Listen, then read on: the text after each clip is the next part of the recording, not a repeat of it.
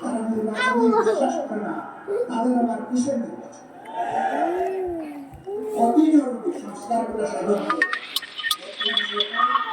একটা সুষম নির্বাচন দিয়ে তারা যার যার জায়গায় চলে যাবে।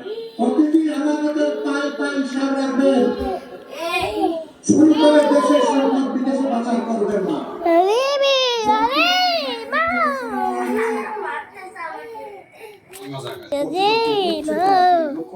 সূর্যের দেখা না মিলন সৈকতে ছিল উচ্চতর ভিড় এবং এই মুহূর্তে কক্সবাজার সৈকতের সুগন্ধ পয়েন্ট থেকে বিস্তারিত জানেন।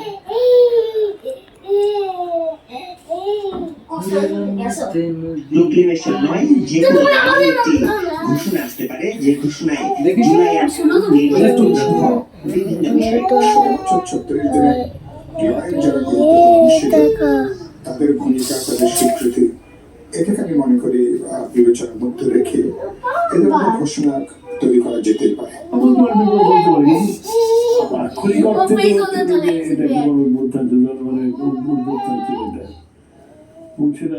তারা সরকার গঠন করেছে, সে সরকার তো এই সরকারের অধীনে সরকার গঠন হয়েছে। যে নামই হোক একটা ইতিহাস থাকা উচিত।